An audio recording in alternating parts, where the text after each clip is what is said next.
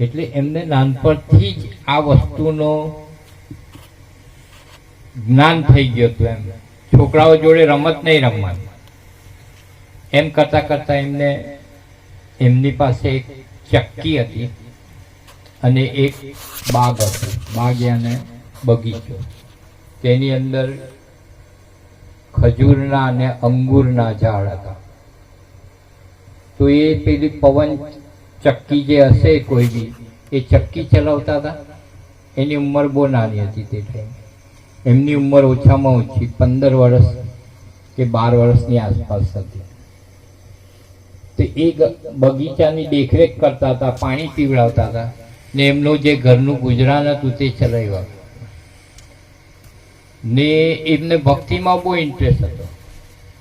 એટલે જે બી અમારી અંદર જે આવે છે પુસ્તકો પડવાની, તેની અંદર એ પડવાનું ચાલુ કરી દીધું. એમના જે શિક્ષક હતા તેમની પાસે જઈને એમનું શિક્ષણ લેતા હતા ને આ કામ બી કરતા હતા. એક દિવસ એક ફકીર આવ્યા એમના બગીચાની આસપાસ. એમણે આદર સન્માનથી એમને અંદર બોલાવ્યા. બોલાવીને એમને બેસાડીને એમને કીધું, પાણી પીવડાવ્યું ને પછી એક અંગૂરનો મોટો ઝુમકો લઈને આવ્યા. લાવીને એમને પેશ કર્યું કે લો આને તમે ગ્રહણ કરો. ત્યારે એમણે 2 અંગૂર ખાધા ને પછી એ ખાજા સાહેબનું મોઢું જોયું ને પોતાની થેલીની અંદરથી એક સૂકી રોટી કાઢી જવની ને એક કોળિયું કાઢીને એમણે પોતાના દાંતથી ચાવ્યું. એ ફકીર દાંતથી ચાવીને પછી એમણે એક કોળિયું ખાજા સાહેબના મોંમાં મૂક્યા. એટલે જેવું મોંમાં મૂક્યું એવું માન ખાતર મોંમાં ચાવીને ઉતારી ગયા. એમને ઉતારવું હતું ને એમની આખી સ્થિતિ શરીરની બદલાઈ ગઈ. દિમાગનું જે સંચાલન હતું તે આખું બદલાઈ ગયું. એ બદલાઈને તરત જ એમને એવું થવા માંડ્યું કે આ મેં જે કંઈ કરી રહેલો છે એ બધું ખોટું કરી રહેલો છું ને મારે ભક્તિ લાઈનમાં જતું રહેવું છે. થોડો ટાઈમ પછી એમને ભક્તિ તો કરતા જ હતા એ પહેલેથી 15 વર્ષની ઉંમરથી. પછી ધીમે ધીમે આગળ તાલીમ લેવા માટે અહીંથી જવાનું. એટલી વારમાં એમની જે મમ્મી હતા તેમની બી દેવલોક થઈ ગયા. એ દેવલોક થયા પછી એમણે એ ચક્કી અને એ જે બગીચો હતો તે વેચી ને પરમાત્માની ધૂન એની તલાશમાં, પોતાના ગુરુની ધૂનમાં એ નીકળી ગયા. જતા જતા એ લગભગ આ ગામથી પેલા ગામ, આ ગામથી પેલા ગામ પોતાના ગુરુની યાદની અંદર કે મારે ગુરુ કરવા છે અને શિક્ષણ મેળવવું છે એમ કરતા કરતા એ બહુ આગળ નીકળી ગયા. આગળ નીકળીને પહેલે તો હું આશ્રમની અંદર લોકો કામ કરતા હતા ને શિક્ષણ લેતા હતા. તો એમણે 5 વર્ષ સુધી અલગ અલગ જગાએ, આ તો બહુ લાંબી વાત છે પણ હું તમને ટૂંકમાં કહું છું, અલગ અલગ જગા પર એમણે શિક્ષણ લીધું. શિક્ષણ લઈને પછી એમને આગળ બી જવું હતું. એમ કરતા કરતા એ વધારે પણ શિક્ષણ લેવા સારું આગળ વધ્યા. પછી એ પોતાના ગુરુની તલાશમાં ગયા. જે ગામ જતા હતા ત્યાં એ કોઈ બી ફકીર કે કોઈ બી સંત હોય ને એમને ખબર પડે કે આ છે, તેમની પાસે જતા ને રોકાતા. એમ કરતા કરતા એ આગળ ગયા. આગળ જતા જતા પછી એમને પોતાના જે ગુરુ હતા તેમની સોબતમાં પહોંચી ગયા ને ગુરુ હજરત ઉસ્માન હારૂની રદિયલ્લાહુ તાલા અન્હુ એ એમના ગુરુ હતા. તેમને સોબતમાં ગયા એટલે એમને જોતાના હાથે જ પોતાના ગુરુની એક જ નજરની હાથે મેં એમને પસંદ પડી ગઈ. પસંદ કર્યા પછી ગુરુએ એને જોયો ત્યારે એમને લાગ્યું કે હા આ કોઈ અલગ જ છે. એટલે ગુરુ પાસે પછી રહ્યા, પણ એમને ઉપદેશ ના આપ્યો ગુરુએ. એમને ખાસી મહેનત કરી, ઘણા વર્ષ સુધી કે એમની પાછળ રહ્યા. પછી એમને ઉપદેશ આપવામાં આવ્યો. ઉપદેશ લીધા પછી એ પોતાના ગુરુને બી ખબર પડી ગઈ કે આ બહુ ઊંચી હસ્તી છે, આગળ જઈને બહુ જ આગળ જશે એમ. એ બે જણા એક જ ઓરડામાં સૂતા હતા અને એક જ ઓરડામાં રહેતા હતા.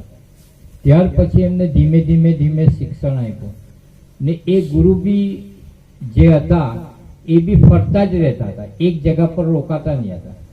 તે એમની હાથે એમના જે બિસ્તરા હોય એ બધું વસ્તુ લઈને ચાલતા હતા. એક વખત તો એવું બન્યું કે એ જે ગુરુ ખરા ને, ઠંડીનો ટાઈમ હતો, તો એક સગડી એની અંદર એક પાણીના નાની ઢોચકી જેવી પોતાના ગુરુને જ્યારે પાણીની જરૂર પડે હાથ પગ ધોવા માટે, તે માથા પર લઈને ચાલતા. તે ચાલતા એમના જ્યારે પછી આગળ જઈને રોકાયા ત્યારે એમને ખબર પડી ગુરુને કે આ કંઈક વાસ આવે છે. પછી એને પૂછ્યું કે મોઇનુદ્દીન क्या ये किस चीज की बात आ रही है? यार बोले कि कहीं नहीं थी एम. ત્યારે એમને ખબર પડી કે એના જે આ વાળ ખરા ને એમના એ આખા વાળ બળી ગયા હતા. કે તું મને આ ગરમ પાણી કરીને કેવી રીતના હાલતો હતો? કે હું તો સગડી માથા પર લઈને ચાલતો હતો ને એના અંદર પાણી હતું. હમણાં કોઈ મુરીદ એવું કરે? બધાને તૈયાર મળી ગયું એટલે કેટલું સારું છે. એટલે એ એટલો મુરીદ ને ગુરુ, શિષ્ય ને ગુરુનો એટલો પ્રેમ હતો ને એમને ધગસ હતી કે ના મારે આમની જોડે જ રહેવું છે ને એમના જેવું જે કરે છે એમની સેવા કરવી છે. એ પોતાના ગુરુથી 20 વર્ષ ચાલ્યા. કેટલા વર્ષ? પોતાના ગુરુથી 20 વર્ષ ચાલ્યા. એમ કહીને પછી એમણે જે બી હશે શિક્ષણ એ બધું એ હજરત ખાજા મોઇનુદ્દીન ચિશ્તી રહમતુલ્લાહ લઈને આપ્યું એમના ગુરુએ. પછી એ ગુરુ પાસેથી એ જતા રહ્યા. પછી એ મુસાફરી કરતા મક્કા શરીફમાં આવ્યા, મદીના શરીફમાં આવ્યા ને મદીના શરીફની અંદર એમને હજરત હુજૂર મોહમ્મદ મુસ્તફા સલ્લલ્લાહુ અલૈહિ વસલ્લમના રોજા પર જઈને એમને મુકામ કર્યો. મુકામ કરીને ત્યાં ત્યારે એમને રાતે સપનું આપ્યું કે તું હિંદ જા. કઈ હિંદ યાને હિન્દુસ્તાનમાં. એ હુજૂર સલ્લલ્લાહુ અલૈહિ વસલ્લમ તરફથી એમને આજ્ઞા થઈ હતી. અને ત્યાર પછી એમને એ નકશો બતાવવામાં આવ્યો હતો અજમેરનો ને એ નકશા પ્રમાણે એ ખાજા સાહેબ એમના જે સેવકો હતા તેમને લઈને ચાલતા એ બાજુ આવ્યા. હવે એમ કરતા એ પાકિસ્તાનમાં આવ્યા. પાકિસ્તાનમાંથી પછી તે ટાઈમે તો આખું એક ભારત એક જ હતું, અલગ નહીં હતું. બધા પછી ભાગલા તો પડ્યા. એમ ચાલતા એમને અજમેર શરીફની અંદર મુકામ કર્યો. તો અજમેર શરીફમાં તો લોકો બધા જાણે જ છે એમના કિસ્સા. પણ ખાજા સાહેબે એમના પાસે જેટલી બી શક્તિ હતી ને એમનો તેજ એટલો હતો કે કોઈ બી માણસ એમનો આવી ને ચહેરો જોઈ લે તો એ એમની પર મોહિત થઈ જતો હતો. ને એમ કરીને ખાજા સાહેબ અજમેર શરીફ આવ્યા ને એમણે આ જે સિલસિલો છે એ ચાલુ રાખ્યો. એ સિલસિલો ચાલતા જેવી રીતના આપણા અંદર બી છે પંતુ પણ એક પછી ચાદરો જેને મળી એમ કરતા એ હજરત મૌલાના મૌલવી મોહમ્મદ હુસૈન ખાન સાહેબ શાહજહાનપુરમાં એક મજાર શરીફ છે, તેમણે આ મિર્ઝા બાવાને ચાદર આપી. હવે મિર્ઝા બાવાનો હું કેમ તમને કહું છું કે એમનું બી આ 10-12 દાડામાં વરસ આવે છે, તેમની બી યાદ તાજી થઈ જાય એટલે હું તમને કહું છું. ખાજા સાહેબની તમે વાત કરી, એમના તો બધા બહુ કિસ્સા છે ને, કિસ્સા સાંભળવા જેવા છે, પણ આપણી પાસે હમણાં ટાઈમ નથી એટલે હું મિર્ઝા બાવાની વાત કરી દઉં તમને. મિર્ઝા બાવાના જે પહેલા ગુરુ છે, આપણા પંથની અંદર જે બેઠેલા હશે તે લોકો જાણતા હશે. નવા માણસ હોય તે લોકોને ખબર નહીં કે મિર્ઝા બાવા કોણ છે.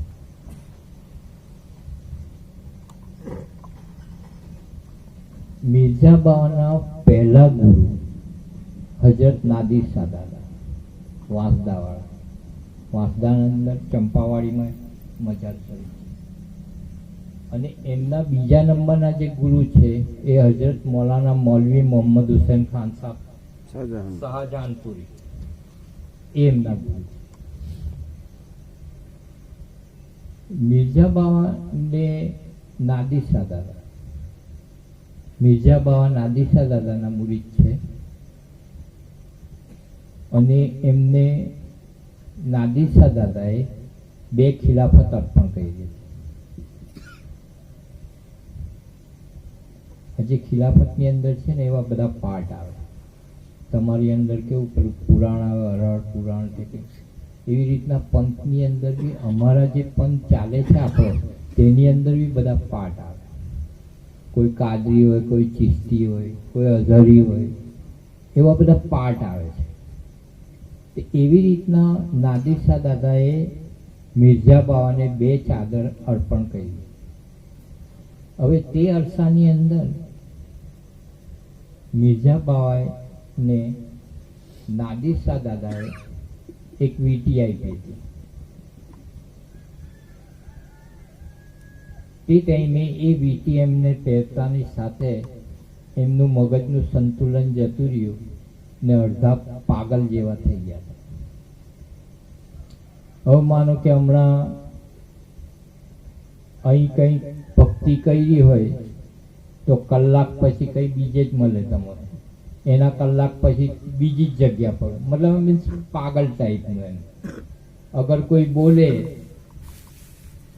તો એમને સારું ના લાગે, યા ગાળ દઈ દે, પથ્થર ઉચકીને મારી દે, અડધા પાગલ જેવું એમનું દિમાગ પેલી વીંટી પહેરતાની સાથે.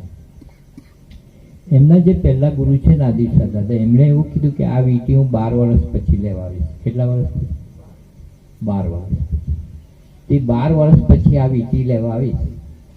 હવે એ ટાઈમ જતા જતા એની અંદર નાદિર શાહ દાદા પરદેશ. તો હવે વીંટી લે કોણ? તો નાદિર શાહ દાદાએ મૌલવી દાદાને, જે શાહજહાનપુરમાં હતા ગુરુ, તેમને સપનું આપ્યું, તેમને બસારત કરી કે આ અંગૂઠી તમારે મિર્ઝા બાવા પાસે લેવાની. એનો ટાઈમ પૂરો થાય ત્યાં 12 વર્ષનો ટાઈમ આપ્યો હતો. ત્યાર પછી એમને મિર્ઝા બાવા તો તે એવી હાલતમાં જ રહ્યા. હવે જે આ મૌલવી દાદા છે એ દર વર્ષે અજમેર શરીફ ઉરસમાં જતા હતા. વર્ષમાં એ ટાઈમે તો એવું બધું સાધનો કે કશું જ નહીં હતું. તે મૌલવી દાદા ત્યાં ઉરસમાં ગયા. સુરતની અંદર તે જમાનામાં નવાબ પણ ચાલતું હતું. સુરતનો નવાબ હતો. તે નવાબ બી કાયમ અજમેર જાય ઓરસમાં. એમ કરતા કરતા એમની મુલાકાત મૌલવી દાદા જોડે થઈ ગઈ નવાબની. ને નવાબે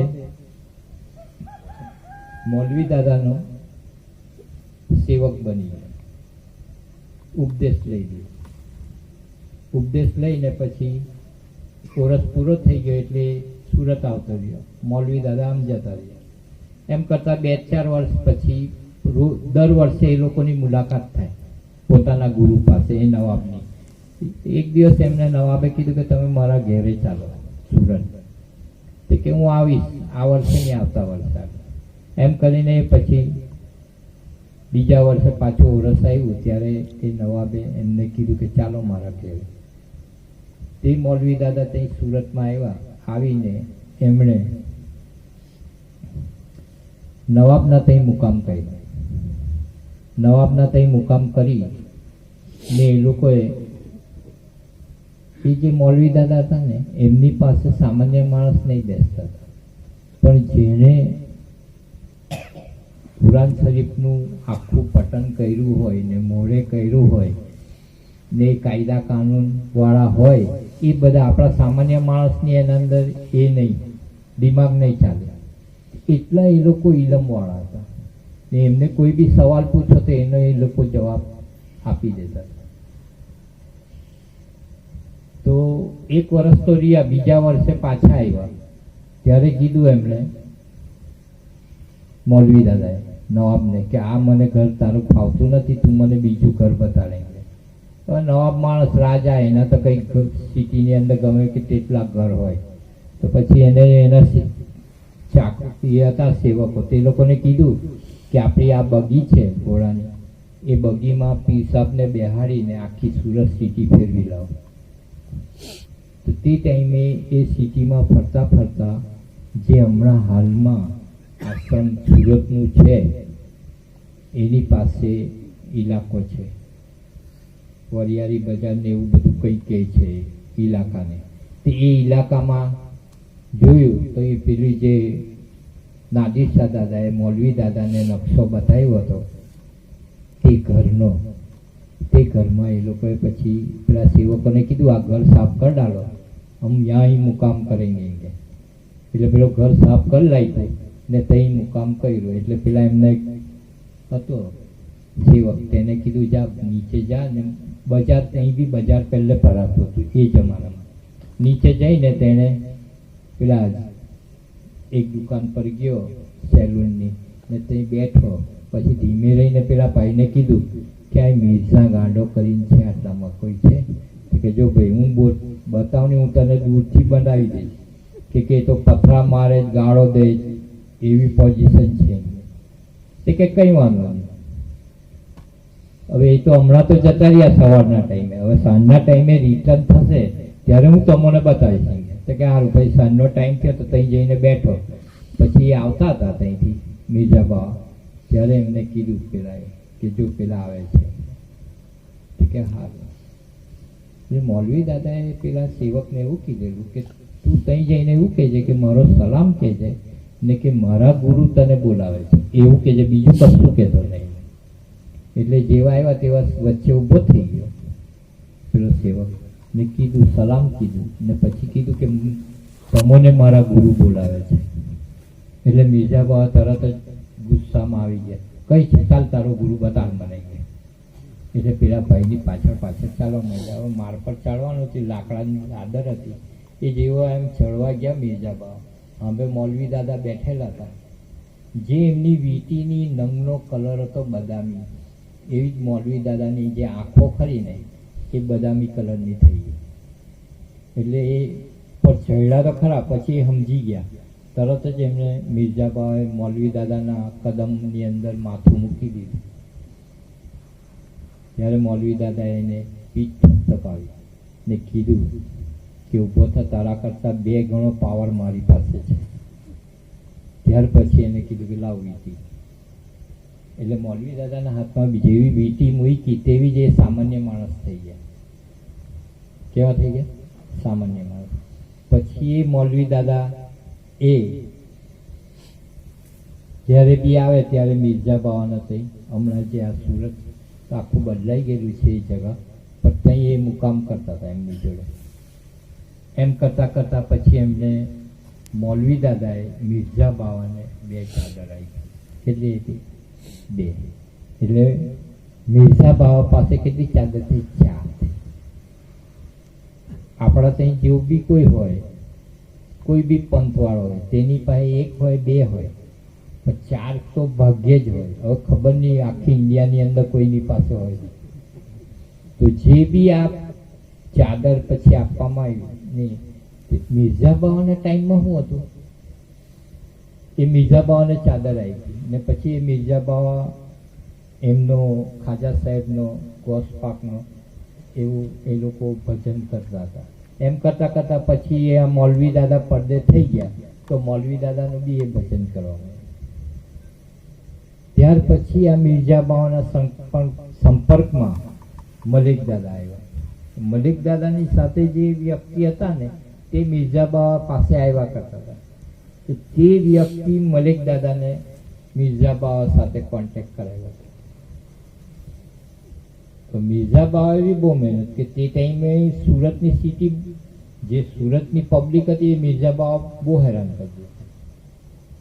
તો મિર્ઝા બાવા પાસે એટલો પાવર હતો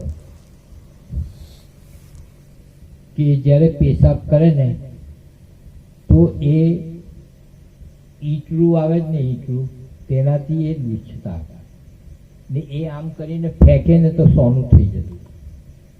પબ્લિક મિર્ઝા બાવા એ સોનું બનાવવા સારું પબ્લિક દોડતી. જેવી આજે લોકો છે ફાયદો થાય કોઈ નુકસાન થાય, કોઈ નુકસાન નહીં હોય, બધાને ફાયદો જ જોઈએ. બધાને ફાયદો જ જોઈએ, નુકસાન કોઈને ના જોઈએ. એટલે પબ્લિક એની સારું દોડતી મિર્ઝા બાવા. પછી જ્યારે સામાન્ય થઈ ગયા પછી એ વસ્તુ એમને તજી દીધી ને પછી મલિક દાદા સંપર્કમાં આવ્યા. મલિક દાદા બી એમની જે છે મલિક દાદાએ બી મિર્ઝા બાવા સાથે બહુ મોટી મહેનત, બહુ લાંબી મહેનત કરી છે ને મહેનત કરીને જ્યારે મિર્ઝા બાવાનો ટાઈમ આવ્યો મલિક દાદાને ચાદર આપવાનો ત્યારે મિર્ઝા બાવાએ નહીં આપી. ના કીધું કે તારી કુટુંબ બહુ મોટું છે, તું આ નહીં ચલવી શકે, તારું કુટુંબ બહુ મોટું છે, આ નહીં ચલવી શકે. ત્યારે કે નહીં હું ચલવી શકે, તે એમને નહીં આપી ચાદર. ને પછી ઓરસ પૂરો થઈ ગયો તો મલિક દાદા પાછા ઓલપાડ જતા રહ્યા. 2 દાડા પછી 12 રૂપિયાની ઘોડાગાડી ભાડે કરીને 2-4 ખલીફાઓને લઈને પછી એ ઓલપાડ પહોંચ્યા મલિક દાદાના ઘેરે અને એમને મલિક દાદાને ચાદર અર્પણ કરી.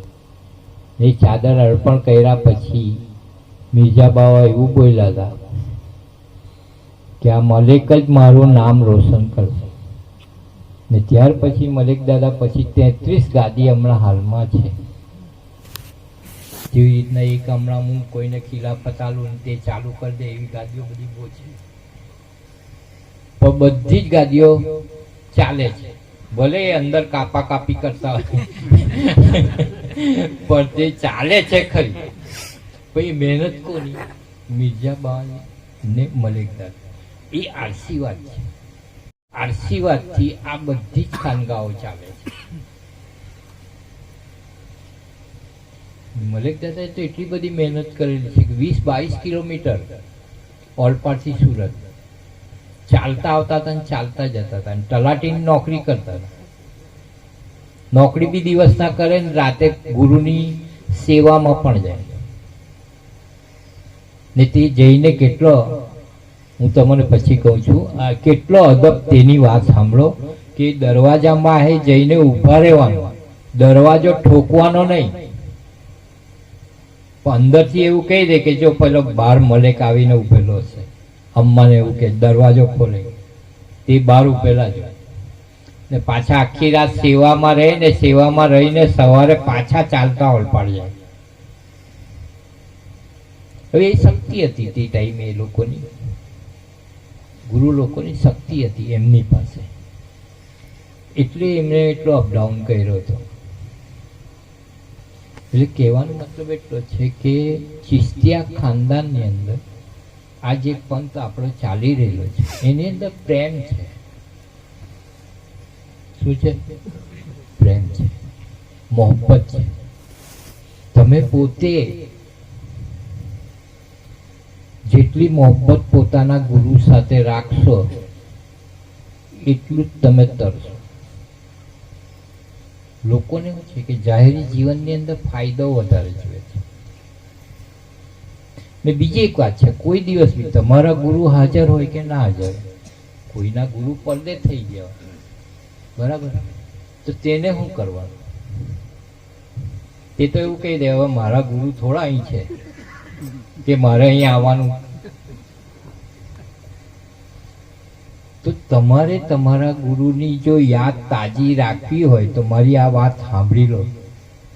તમે જ્યારે બી ઉપદેશ લીધો હોય ફર્સ્ટ ટાઈમ, ને તમે તમારા ગુરુ દ્વારે ગયા હોય, ને તમે તમારા ગુરુથી મળ્યા હોય, ગુરુ પરદેશ થયા ને તમારું મિલન થયું, એટલા અરસાની અંદર તો તમે ગુરુ દ્વારે ગયા જ ને.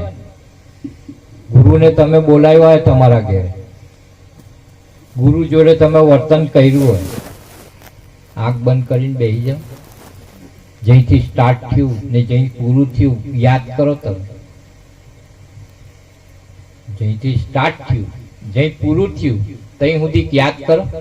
તમારી દિલની અંદર જે પોતાના ગુરુની મોહબ્બત છે એ કોઈ દિવસ ના